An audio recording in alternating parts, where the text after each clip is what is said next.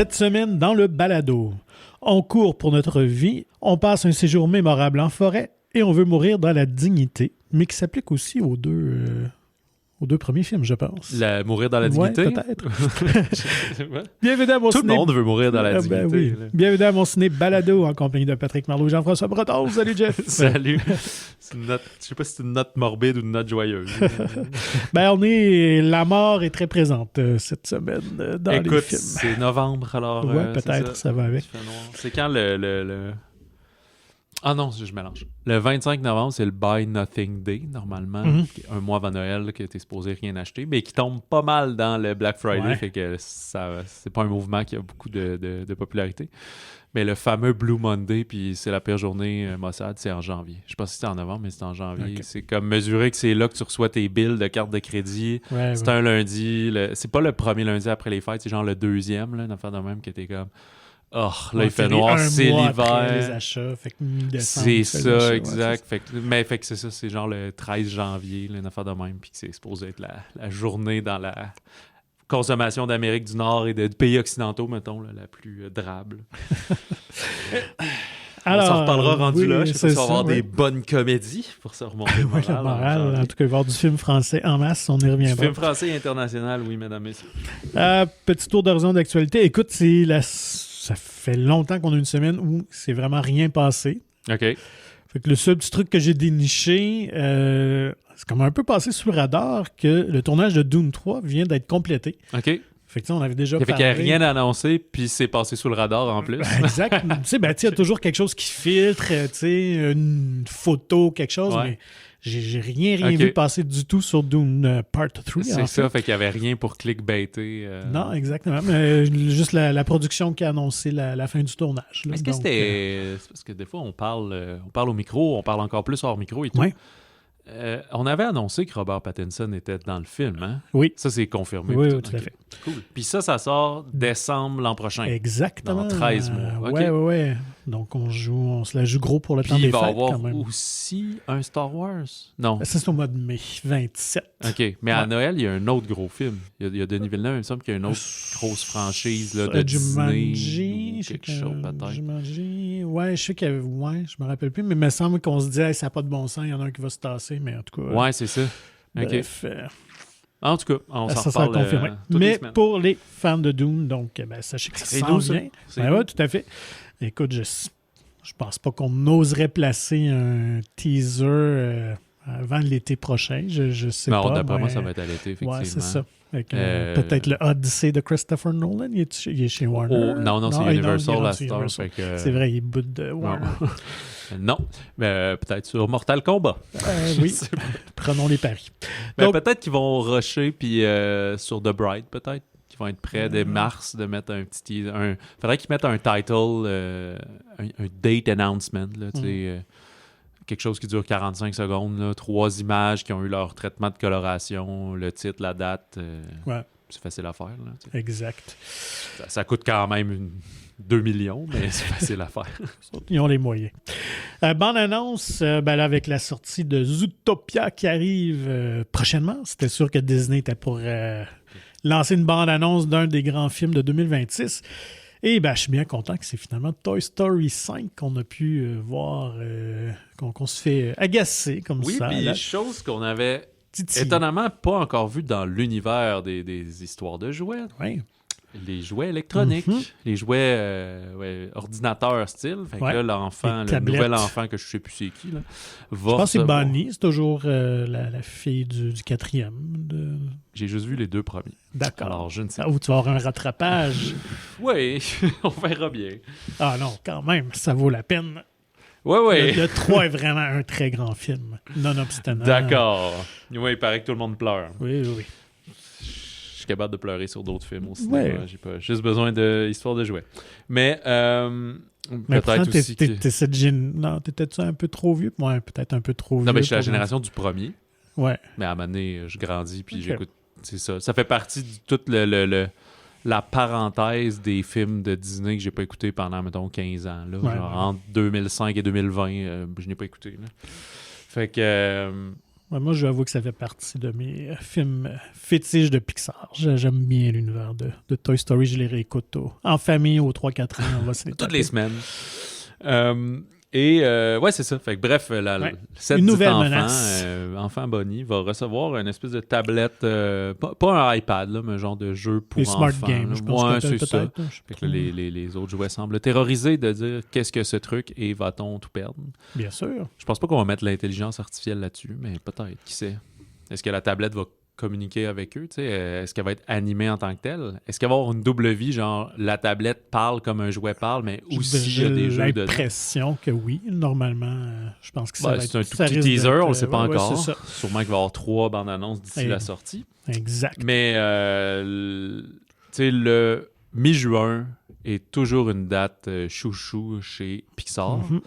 L'été dernier, ça a été plus mollo avec Elio. Là. La Ouais. réception a été plus timide, mais l'autre année d'avant, c'était Inside Out Ça 2. avait été la manne. Je pense qu'on est comme ça. Là. On alterne entre une nouvelle production puis une Ouais. franchise. Puis ça sonne le milliard là, encore pour Toy Story 5. Un genre de 400 millions américains. Là. Ah oui, je pense qu'il n'y a pas de problème à ce niveau-là pour Toy Story 5, que je dis pour beaucoup de gens, c'est des personnages très, très chéris qu'ils aiment Ouais, encore. fait qu'on va revendre des édredons, puis des peluches, puis des costumes Et- d'Halloween. C'est clair. Ouais, c'est ça. Là, c'est ceux qui font des statistiques ou qui notent là, les costumes d'Halloween là, Les qui plus ont passé populaires cette de l'année, année. hein. D'après moi, l'an prochain, il y a des Buzz puis des Woody qui vont recommencer. là. Et sûrement aussi des Mario, parce que ça va être une Oh yeah. grosse année animation. Parce Here que we le go. deuxième Mario aussi s'en vient de Super Mario Bros. Galaxy Movie, qui avait été comme annoncé comme ça, je pense que peut-être un mois et demi, que finalement, Ben, la suite sort au printemps. puis- il y avait annoncé la date, mais ça, c'était comme pas nécessairement public. Là. Mais je pense que c'était pas Dans nécessairement un l'industrie. secret, mais c'est juste qu'il n'y avait rien à se mettre sous la dent. Mais c'était annoncé qu'il y aurait, ou des fois, au calendrier, ils vont mettre Untitled, Universal and Nintendo Movie. Là, tu sais. Fait que c'est comme un peu les Zelda. Tu sais, les dates sont déjà là, c'est juste qu'on n'a rien Ouais. à se mettre sous la dent, fait qu'on n'en parle plus. Fait que je pense que c'était connu. Mais il y a effectivement comme 2 semaines, l'affiche est sortie. Il y a même une semaine, je pense, l'affiche est sortie. Puis là, paf, la bande-annonce. Ouais. Fait que, écoute, ben, c'est un jeu vidéo que je n'ai pas joué, mais Bowser est encore captif, puis le bébé Bowser arrive Ouais, Bowser de Junior, l'espace. dont la voix, c'est Benny Safdie, quand Ah, même. ok. J'allais voir un très peu populaire. Ouais, puis il a quand même joué des petits rôles ici et là. Tu sais, je me demandais, coudonc, si tu... Ben, au comme, cinéma, oui, mais ouais. en voice acting, je Non, c'est mais ça. tu sais, il est capable de jouer Ouais, quand ouais, même. Benny, fait il est que, de plus en plus dans... C'est Josh qui joue pas. Exact. Puis, on a quand même l'ajout de Brie Larson, qui va jouer la princesse Rosalina. Ah, c'est elle qu'on voit à la Qui fin. est- là. effectivement. Donc, on est dans le jeu vidéo de Super Mario Bros. Galaxy, qui était sorti en 2007, que moi non plus, j'ai jamais joué. Moi ça arrête à... que j'ai même pas joué au deuxième, je pense. Je pense que j'ai joué au Super Mario Brothers. Un, là, le C'est premier. la console, Ok. première génération, puis un peu du Mario Karting dans le temps. Fait Au que, Super Nintendo. voilà. Mais, ouais, c'est ça. Fait que, je sais que c'est un des jeux les plus populaires, les Ouais. plus aimés, celui-là et tout. Fait que, Mais honnêtement, la bande-annonce, le teaser est très sympathique. Là, j'ai l'impression qu'on va avoir un petit peu plus d'humour même que le premier. Là, ça fait longtemps que je l'ai vu. Je ne l'ai pas réécouté depuis. Mais toute l'espèce de Bowser miniature pris dans son... en colère, en mais qui colère, ouais, essaie c'est d'être ça. repentant. Fait que... Puis, puis en tout cas, j'aime vraiment bien, c'est Illumination qui font ça, là, Ouais. les mêmes que les Détestables Moi, puis leur coloration, puis l'animation, puis c'est vraiment beau, les Ouais. films qu'ils font. Fait que, puis Mario est un univers arc-en-ciel coloré, toutes les couleurs flash et tout, rouge, vert, bleu. Fait que Exact. ça va être cool. Un beau party pour de psychotropes. Et pour les plus vieux, ben... ça, c'est le oui. 3 avril. Pardon, Ouais, c'est 3 avril, effectivement. Il y a The Devil Wears Prada 2, une suite à un film culte. Suite inattendue. Ouais, quand même. Ça fait près de 20 ans que l'original est Ça va faire sorti. exactement 20 ans. c'est ça, en C'était en 2026. 2006. Donc voilà. Donc on retrouve Meryl Streep, Anne Hathaway, Emily Blunt dans le dans monde un synopsis inconnu jusqu'à présent. Ben, je pense que le personnage d'Anne Hathaway, dont j'ai oublié le nom, est rendu la compétitrice de Meryl Streep cheap. OK. Fait que je pense qu'on est là-dedans. Puis je pense un peu c'est le déclin du monde du magazine, effectivement. Aujourd'hui, c'est plus le lustre de l'époque. Fait que je pense j'ai mis hâte de voir. Moi, j'avais bien apprécié le premier film, honnêtement. Là. Je l'ai vu vraiment plus tard. Ouais. Je l'ai vu, je sais pas, il y a 3 ans peut-être. Ça m'a pas marqué. Là. Je me souviens que c'était sympathique. Je comprends le buzz, mais tu vois, je me souviens pas comment ça finit. Puis Ouais. tout. Donc voilà. C'est quoi, au mois de mai, début mai? Ça? 1er mai. 1er mai. Ça veut dire qu'il n'y aura pas de... On annonce, même au podcast, on parle toujours des sorties de films et tout, mais tu vois, je les oublie. Ça veut dire qu'il n'y aura pas de film de super-héros ce week-end-là. Exactement, parce que pas du côté de Disney. c'était les Avengers qui sont... Ah, c'est ça, c'est les Avengers qui est décalé en décembre. Ouais, c'est ça, le gros Voilà, film. Ouais, okay. ouais. Ah, ouais. Fait que, ouf, Dune contre Avengers, ça va être j'ai l'impression brutal. que Dune, probablement, qui est au, mettons, 15 décembre ou quelque chose comme ça. Il doit pas être au 25 décembre. Ouais, j'ai pas vu. Mais Avengers sont bien du genre à faire ça. Là. Je sais pas si ça tombe quand dans un calendrier. Ouais, là, Avengers, mais... je pense que ça va être la fin de semaine juste avant Noël, là, comme Avatar. Ouais, c'est ça. Fait que 19-20. Puis l'autre doit Mais être je vais aller voir Dune 10-15. Je regarde ça juste pour le fun en ce moment même. 18 décembre. 18 décembre, puis Ouais. le Avengers, il serait quasiment à la même date ou il va être le 25? 18 décembre. OK, c'est ça. Ils sont vraiment à la même date. Ouais, pure folie. Il y en a un des deux qui va se devancer d'une semaine, d'après Peut-être. moi. Ça va être à suivre. Donc, mais oui, effectivement. Puis le DC, c'est Supergirl qui va être à l'été, je pense, en juillet. OK. Je pense que c'est la même date que Superman. Donc, non, un mois de mai, ça. C'est ça. Il y a aussi super-héros. qu'on en a moins qu'avant, et c'est Ouais. pour le mieux. Là. C'est ça, l'époque où il y avait 5 Marvel par année, puis 3 DC, Ouais, puis faisait... Sony qui faisait le Son enfant spin-off. pauvre avec ses ouais, c'est ça. Là. Spider-Man Extended Universe. Là. Voilà, allons avec les sorties de la semaine. Puis Tu veux commencer on va aller avec. coup de poing, où on va débuter à la course. La course. Avec The Running Man d'Edgar Wright. Oui, le jeu du défi au Québec avec Glenn Powell, Josh Brolin, Michael Cera, Coleman Domingo. Il y a des filles aussi dans le film, mais surtout des messieurs blancs. Puis Coleman Domingo, c'est un monsieur noir. Ouais, quand même. J'ai oublié.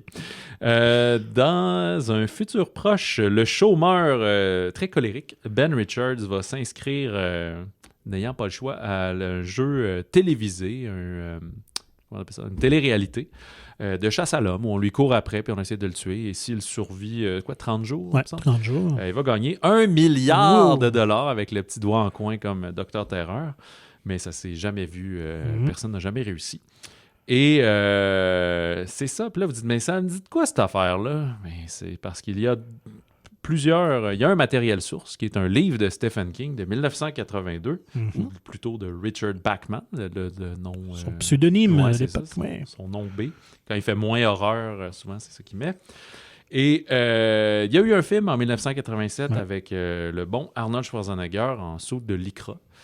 Et ici, on est, semble-t-il, parce qu'on ne l'a pas lu, mais plus fidèle au roman, justement. Ouais, je confirme. Je suis allé lire pas mal les synopsis du roman. Puis les beat par beat, là, les plot points, comme on dit, les points d'intrigue sont similaires. Et si vous vous dites, mais c'est qui donc ça, Edgar Wright? Ça me dit quelque chose. Ben, c'est le gars qui était derrière, c'est un Britannique. Ouais. Cinéaste, la fameuse trilogie Cornetto, je pense, là, avec Simon Pegg puis Nick Frost, là, fait que Shaun of the Dead, ensuite c'était Hot Fuzz et finalement The World's End, qui était sur le pub à la fin du monde, qui allait prendre de la bière. Et après, il a fait son passage aux États-Unis, il a fait Scott Pilgrim, il a fait Baby Driver. Fait que c'est un réal, et Last Night in Soho, son plus récent. C'est un réal qui aime l'action, qui aime le mouvement, qui aime le rythme, qui aime coller de la musique à l'image, sans nécessairement faire des needle drops, qu'on appelle, là, de mettre vraiment des tunes connues, mais juste être très vidéoclip dans sa mise en scène. Fait que c'est un film qui est quand même tout désigné pour lui. Ça doit être un projet de cœur quand même de réaliser ça.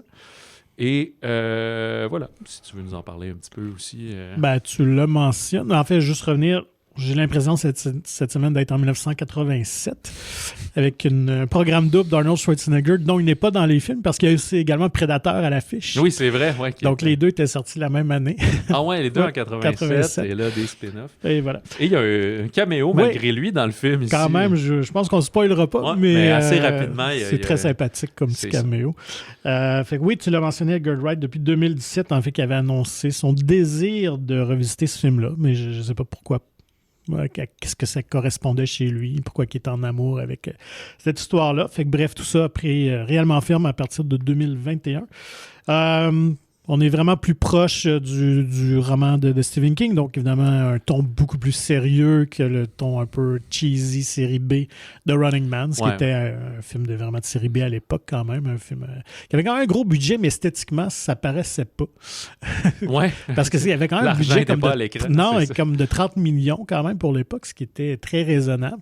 Je pense qu'Arnold a dû prendre une bonne part à ce moment-là. Peut-être. Mais fait que bref, fait que oui, moi je dois avouer que j'aurais espéré avoir un petit peu plus de cette folie-là d'Edgar Wright dans la réalisation. Je trouve qu'il est très effacé, puis il y avait un sujet, je pense, parfait pour ça, d'aller juste un petit peu plus dans la folie, peut-être jouer sur la façon de raconter l'histoire, mais il s'essaye un petit peu, il y a 2-3 petites passes là, que c'est intéressant au niveau narratif, mais je trouve qu'il manque un peu de sa saveur à lui. C'est ça. Mais ouais, le film revient quand même dans des codes. C'est assez classique.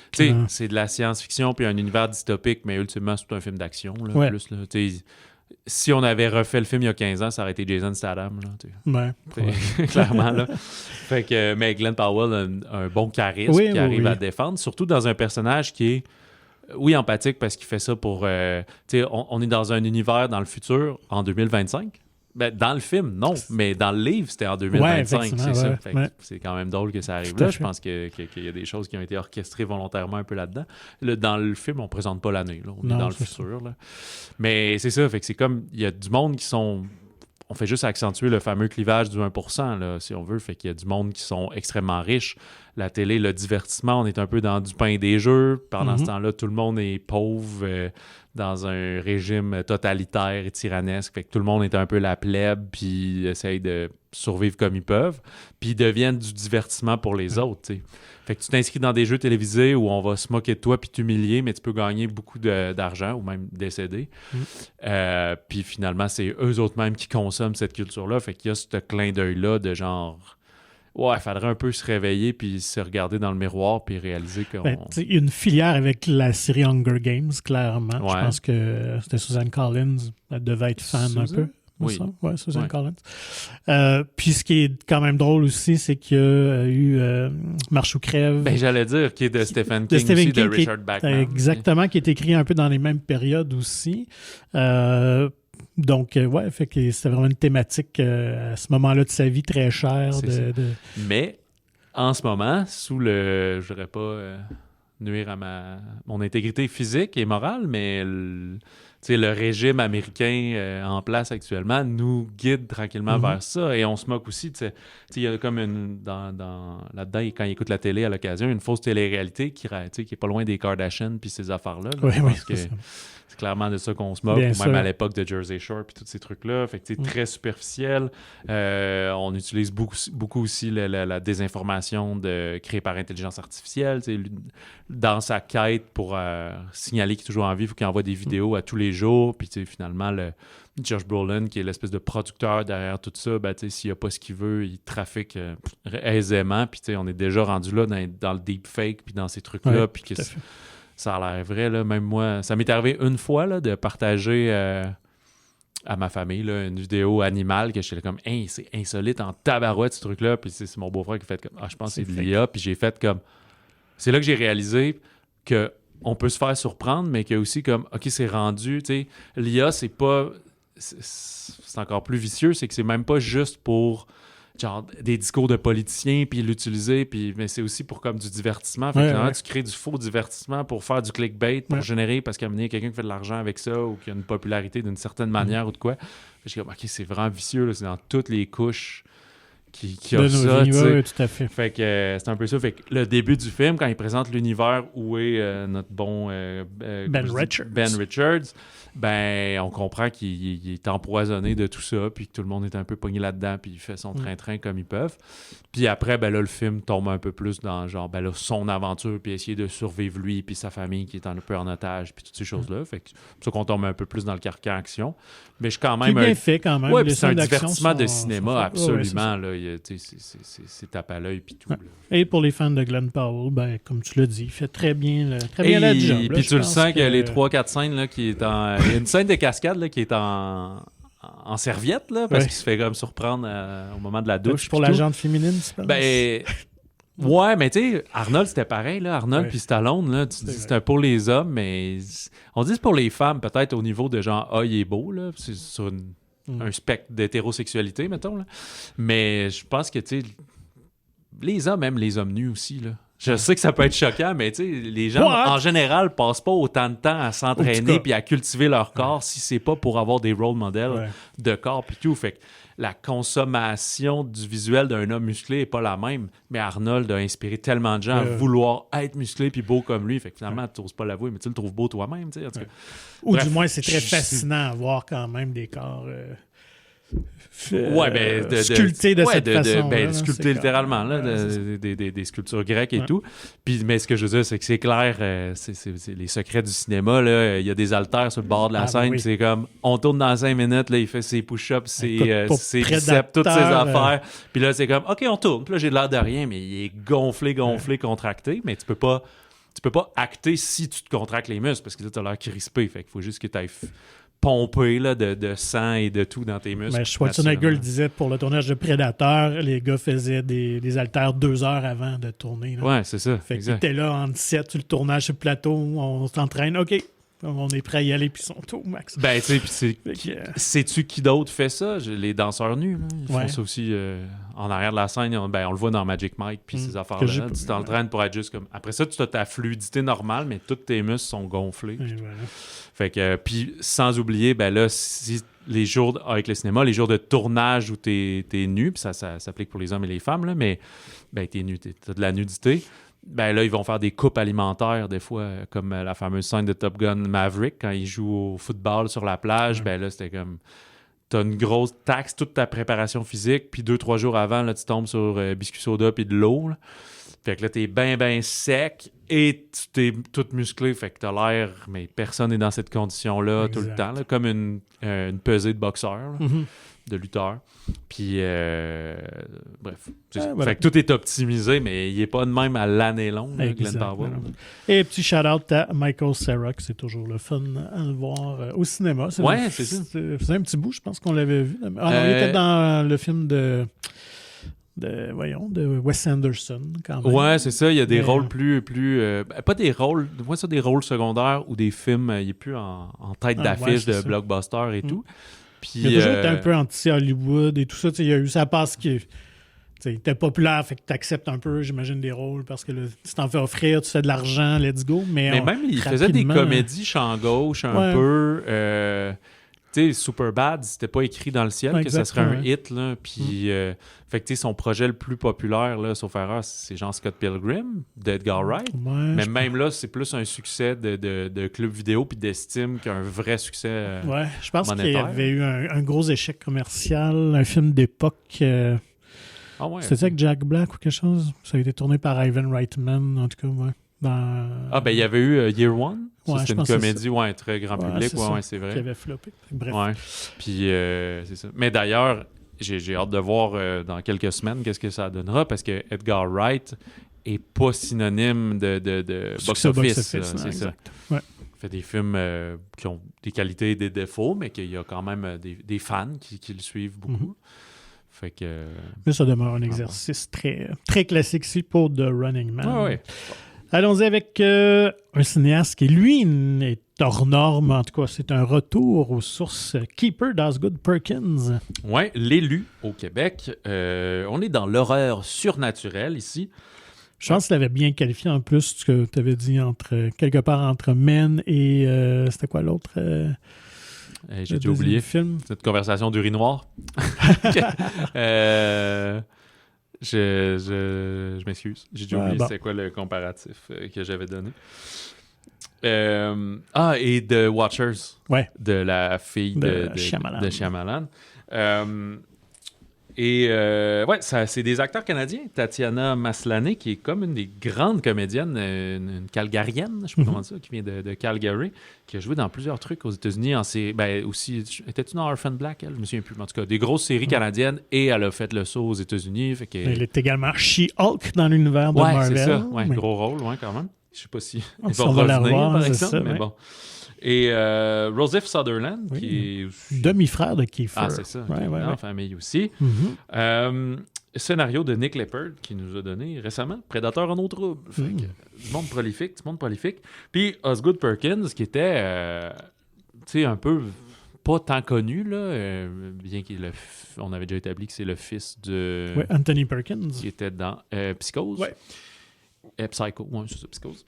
Et qu'il faisait des films d'horreur d'auteur là, depuis 2015-ish. Puis c'est vraiment Longlegs, il y a 2-3 ans, qui l'a comme propulsé, puis qui est devenu un succès que plein de monde sont allés voir. La curiosité de voir aussi Nicolas Cage et tout dans ce rôle-là. Qui était son genre de Silence des agneaux surnaturel, justement. Démonique. Après ça, il y a eu The Monkey, aussi adapté d'une nouvelle de Stephen King. Que là, c'était humour noir, comédie d'horreur, Coco Banane, Apocalypse, puis tout. Et ce qui est arrivé, c'est que pendant le tournage de The Monkey, il y a eu la grève des scénaristes, je pense. Et des acteurs. Et des acteurs, tout ça en même temps, il y a 2 ans. Et il voulait sauver, il était dans le tournage, fait qu'il voulait comme sauver son équipe, puis il tournait au Canada. Fait qu'il a dit, hey, on a ce scénario-là en arrière, on serait capable de le faire vite si finalement on le tourne au Canada. Fait qu'avec un scénariste qui n'est pas dans la guilde, il a pogné des comédiens. Tatiana Maslany était dans The Monkey aussi. Oui, mais eux, vu qu'ils sont canadiens d'origine, ce que j'ai lu, c'est que dans le fond, tu peux lever ta clause, effectivement. Fait que là, finalement, ils ont fait ce film-là pendant la grève, et là, The Monkey est sorti avant. Puis tout. Fait que c'est le 3e film qu'il fait avec Neon, au final.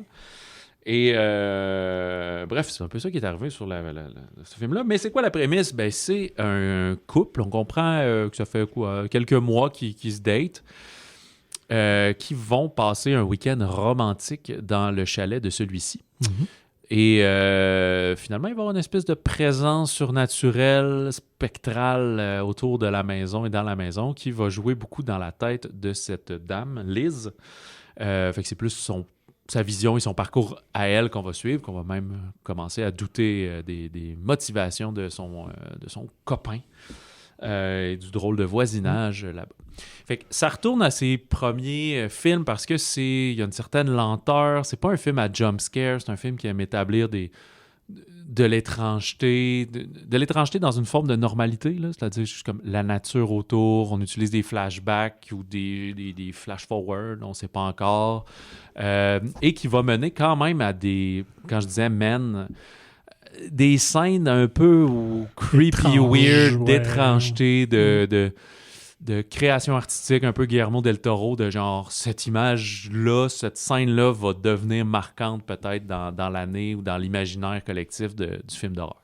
Mais c'est pas un film d'horreur, autant qu'on peut se dire, grand public, c'est pas un horror flick. Si je suis fan de jump scare, puis si j'avais 13 ans puis je vais aller dans une date, je trouverais ça bizarre comme film. Là. C'est pas...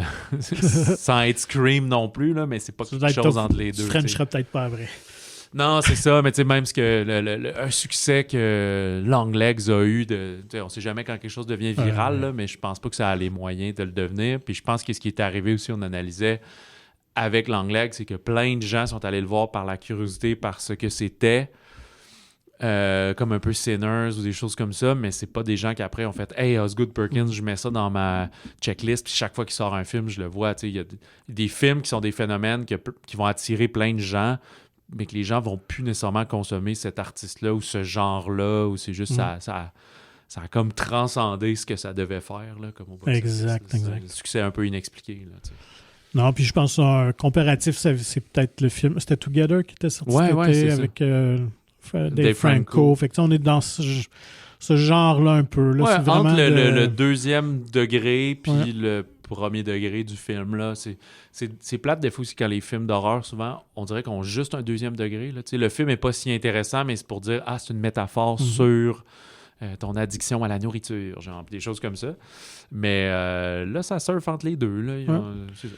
J'avais lu que c'est décrit comme un film d'horreur surréel. Donc, je pense qu'on... moi, je dis surnaturel, mais surréel, oui. c'est ça. Ben, c'est les deux, je pense. Il y a du surnaturel. Mais globalement, je ne sais pas si ça témoigne, mais c'est très appréciable comme film. Ouais. Je pense que n'importe quel adepte d'horreur, justement, le Denis Yen, le A24, le hors norme, il y a même un peu du Saint-Martyr des damnés, là, il y a très longtemps de...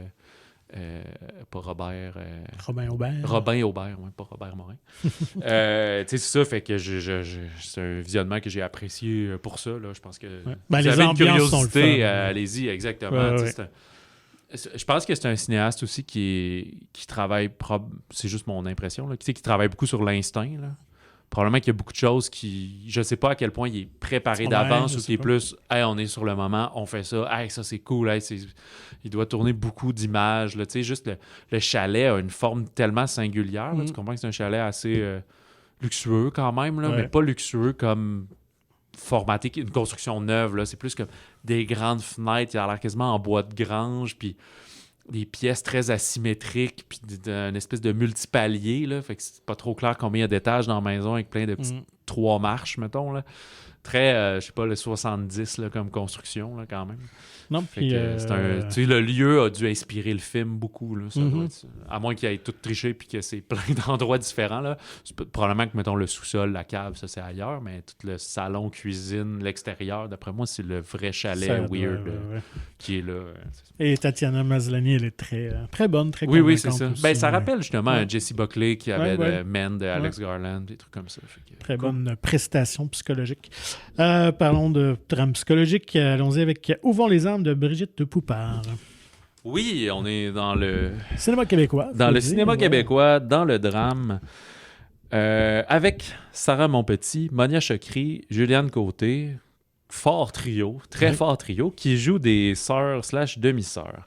En fait, le personnage principal, joué par Sarah Monpetit, Anna Meyers, a 18 ans. Elle est atteinte d'un cancer incurable. Fait que, comme un peu renonçant au traitement puis voulant accélérer l'inévitable, elle demande l'aide médicale à mourir. Mais dans ses un peu derniers vœux, elle veut renouer avec ses 2 demi-sœurs, donc Ève et Éléonore, donc jouées par Monia et Juliane.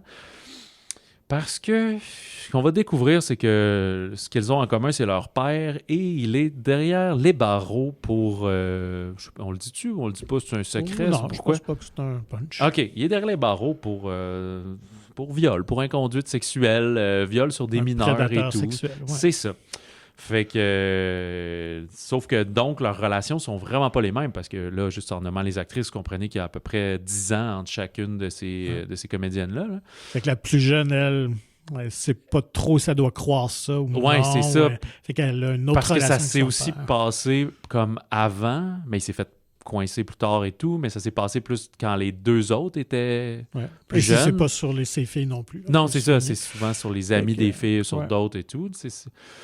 Fait que c'est pas incestueux, mais à ce côté-là d'amener, c'est ça. Tous les gens qui ont sévi des crimes, ils n'ont pas tous des enfants et des familles, mais ils ont toute une famille d'une certaine manière, des frères, des sœurs, des parents, des oncles, des tantes. Fait qu'il y a un peu ce regard-là. Fait que là, ils n'ont pas la même mère. Là, les 2 filles n'aiment pas la nouvelle conjointe qui est la mère de l'autre. Fait que est-ce qu'on est capable de faire la paix, le temps de l'aider dans son processus à elle? À quel point on y croit vraiment ou on le fait pour bien paraître? Parce que là, on s'apprête tous à vivre quelque chose d'émotionnellement chargé.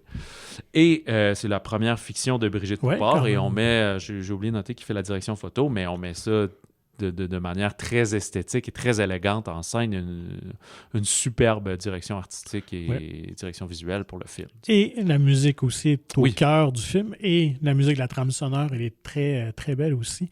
D'ailleurs, je me suis entretenu avec Brigitte Poupart et Sarah Monpetit, et très belle discussion, donc le papier va être en ligne au courant de la semaine, parce que ça date d'hier, finalement, la rencontre. C'est tout chaud. Fait que, mais Brigitte Poupart parle beaucoup, effectivement, je lui ai parlé beaucoup de cette approche approche-là, très esthétique au film. La musique, la maison aussi, qui est un personnage quasiment en soi. Ouais, puis là, le chant, le cheval. Ouais, tout, fait là, qu'une belle discussion, honnêtement, avec les deux.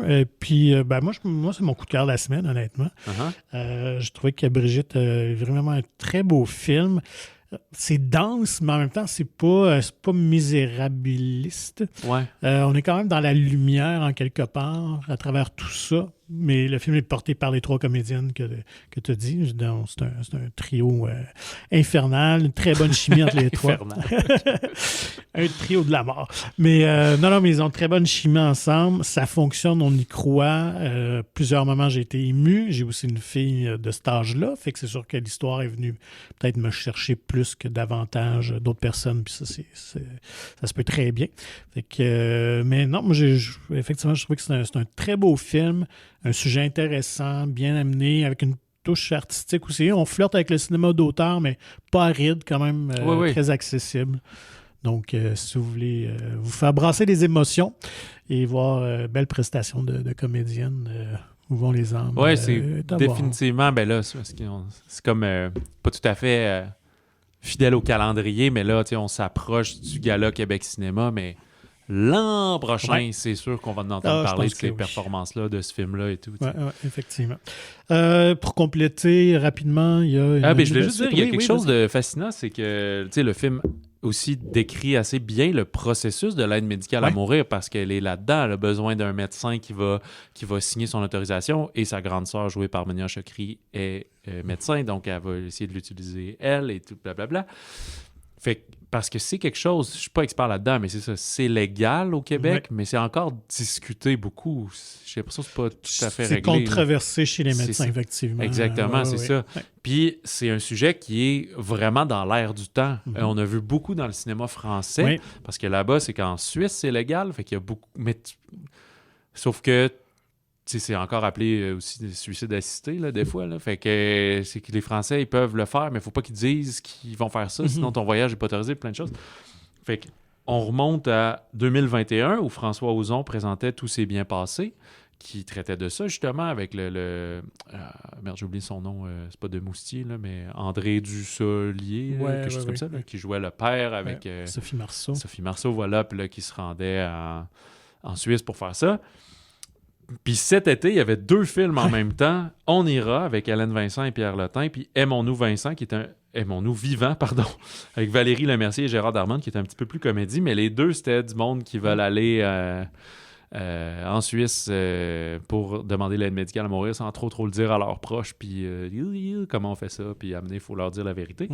Fait que, c'est ça, c'est vraiment d'actualité, en tout cas, du moins dans la francophonie, de discuter de ça. Et Sophie Deraspe a eu son financement. Il prépare le documentaire Le Dernier Acte sur ça, en discutant avec des médecins, qui sortira en 2027, par contre. Okay. Mais on continue de discuter de ça, parce que c'est encore tabou, je pense. Et, voilà. Puis c'est peut-être, hypothèse, là, comme tu dis, c'est pas tous les médecins qui sont encore et tout. C'est peut-être quand tu as un cancer ou quelque chose d'incurable, c'est là, mais si quelqu'un le demande parce qu'il fait de l'Alzheimer, ben là, on va être comme, ben là, non, rends-toi plus loin, mais à un moment donné, tu te rends... T'es trop loin. T'es trop loin, puis là, les proches peuvent pas le demander pour toi, exact. Fait que c'est là qu'il y a encore flou, voilà. Autre grosse sortie qu'on a pas eu le temps de voir. Non. Now You See Me, Now You Don't, ou Insaisissable 3 au Québec, de Ruben Fleischer, fait que c'est une espèce de... Zombieland. Ouais, en fait, c'est très Jesse Eisenberg, l'œuvre de Ruben Fleischer. Parce qu'il y avait aussi 30 Minutes or Less, une comédie au départ qui avait ça. Il a fait le premier Venom. Fait que on retrouve les cavaliers, les Four Horsemen, Jesse Eisenberg, Woody Harrelson, Isla Fisher, qui est de retour, elle qui était sobée par une autre comédienne dans le deuxième film. Ok, moi j'ai pas vu le 2. Il me semble que dans le 2, c'était quelqu'un d'autre qui prenait son rôle. Dave Franco. Et s'ajoute Rosamund Pike, qui va jouer notre antagoniste. Et ils sont en train de former comme leur nouvelle brigade, fait qu'avec des nouveaux jeunes, tout un peu semi-connus, Justice Smith, Dominique Sessa, Ariana Greenblatt, qui sont tous dans le cinéma des jeunes qu'on voit de plus en plus. Justice Smith est comme semi-jeune. Il faut quand même avoir 30 ans, sûrement. Fait que bref, ces jeunes magiciens prestidigitateurs, tu sais, les Insaisissables, c'est des films de gimmicky puis arrangés avec le gars des vues, là, un petit peu à la Ocean Eleven, là, mais c'est ça. Là. C'est pas de la magie Harry Potter, c'est de la supercherie, là. Ouais. Fait que ils font des spectacles, ils sont très connus, mais ils font aussi des petits crimes, mais gentiment, genre voler des choses pour le bien, là. Un peu Arsène Lupin, là. Fait que ils vont orchestrer un grand vol qui est très risqué, pourrait se faire pincer, soutirer le bijou le plus précieux du monde, des griffes d'une des dangereuses organisations criminelles de la planète. Fait que Rosamund Pike, qui va jouer l'antagoniste là-dedans, qui va être un peu leur donneuse de job jusqu'à temps qu'elle se revire contre elle, là. Tout ça est très clair dans la bande-annonce déjà. Mais on dit que c'est probablement le meilleur de la série, un des meilleurs. Je sais que le deuxième était quand même décevant, mais là, on remonte la pente. Moi, je vais avouer que j'ai écouté le premier cette semaine, que je n'avais jamais vu. Je trouve ça quand même très satisfaisant. C'est vraiment pas des grands films, mais c'est des films qui ont la... Puis c'est quand même rare d'avoir ça, mais c'est très le fun à écouter. Ouais. Je pense qu'ils sont pas aussi intemporels que les fameux Ocean 11, 12, 13 avec George Clooney puis Brad Pitt, que ça, on parle encore de la suite. Puis tout, Insaisissable, c'est toujours comme « Ah, ils en font un autre? Ben OK. » Puis c'est comme... C'est good time at the movies, c'est un peu comme Running Man, mais qui est dans l'action. Lui est un peu plus familial, là, comédie d'aventure, c'est pour tous. C'est quoi la vérité, qui niaise qui, comment ils vont s'en sortir, qui contrôle vraiment, qui tire vraiment les ficelles. Ça dure 1h55, c'est juste le fun, là, c'est ça. C'est comment dire, c'est la... Ouais, c'est vraiment un bon film à aller voir ces temps-ci. Le temps est morose un peu. C'est pas encore le temps des fêtes. C'est comme... Peut-être même que le film va s'accrocher puis rester jusqu'au temps des fêtes, puis ça va devenir le... Il y a souvent ça dans le temps de Thanksgiving, là, l'anglicisme, là, mais du Thanksgiving américain, de genre, ce film-là, ça va passer en coup de vent, mais finalement, il fait juste s'accrocher, puis au temps des fêtes, comme il remonte, parce que là, les gens sont disponibles pour aller le voir. Les deux premiers ont été de jolis succès quand même au box-office, puis Lionsgate ont déjà annoncé un quatrième. Ah ouais, OK. Mais Lionsgate, petite parenthèse, là, on discute cinéma, ils ont eu une mauvaise année, là, beaucoup d'échecs. Fait que je pense qu'ils veulent aussi capitaliser sur leur succès, fait que ça s'annonce quand même bien pour ça, puis c'est comme... Probablement pour les 2 prochaines années, c'est comme faut miser sur nos franchises. Écoute, ça nous prend un autre John Wick. On aura le retour d'Hunger Games l'année prochaine. C'est ça, exact. Fait que là, il faut se remettre en confiance, sécuriser les investisseurs, là, puis après, on prendra des risques sur des trucs. Là, exact. Fait que, mais, mettons, Marche ou Crève a été une belle surprise, là, parce que ça n'a pas coûté une énorme fortune. Ça a bien fait et tout, mais je me souviens tout par cœur, là, mais il y a eu une couple d'échecs là, dans l'année, là, dont justement le spin-off de John Wick a été très mollo. Là. Fait que voilà, écoute, tu vois, j'étais un peu neutre par rapport à ça, mais plus là, on est rendu vendredi, le film est sorti, c'est un manque de temps là, qu'on n'a pas pu voir. Là. Mais je pense que je vais essayer d'aller le voir si ça m'adonne. Sur mon temps libre, un petit dimanche soir, avec la foule, tout le monde rire en même temps. Voilà. Autre sortie, je nomme Les Cowboys Fringants, Québec 14-01-2023. Alors non, c'est pas un film de THX machin. Là. C'est un spectacle des Cowboys Fringants. C'est pas le spectacle des Plaines d'Abraham, c'est celui du 14 janvier 2023 de je sais plus quelle tournée. Là. Je suis pas un grand connoisseur des Cowboys Fringants. Mais avait été tourné au Centre Vidéotron et ça sort dans plein de cinémas. C'est... une formule un peu événementielle, fait que normalement les prix sont un petit peu plus chers que le cinéma régulier. C'est pas clair, tu sais. En fin de semaine, le 14 novembre, beaucoup de cinémas le jouent. C'était pas mal à la discrétion, tu sais, contrairement à Taylor Swift qui sont très exigeants. Quoi. C'est comme à la discrétion de chaque cinéma. Un peu comme... on avait fait avec Harmonium Symphonique, là, tu sais, c'est comme, gars, jouez-le, vous voulez le mettre le soir, le jour, mettez-le une fois par jour. Il y en a qui le jouent juste le week-end, il y en a qui vont le jouer toute la semaine. Peut-être qu'il va y avoir des reprises pendant plusieurs week-ends, peut-être que non, ça dépend comment ça réagit. Surveillez bien les horaires, donc, dans vos cinémas préférés, parce que ça c'est peut changer. Ça, mais tardez pas trop non plus. Dites-vous pas, oui, je vais y aller, justement, dans le temps des fêtes, on ira voir ça, ça sera plus là je pense.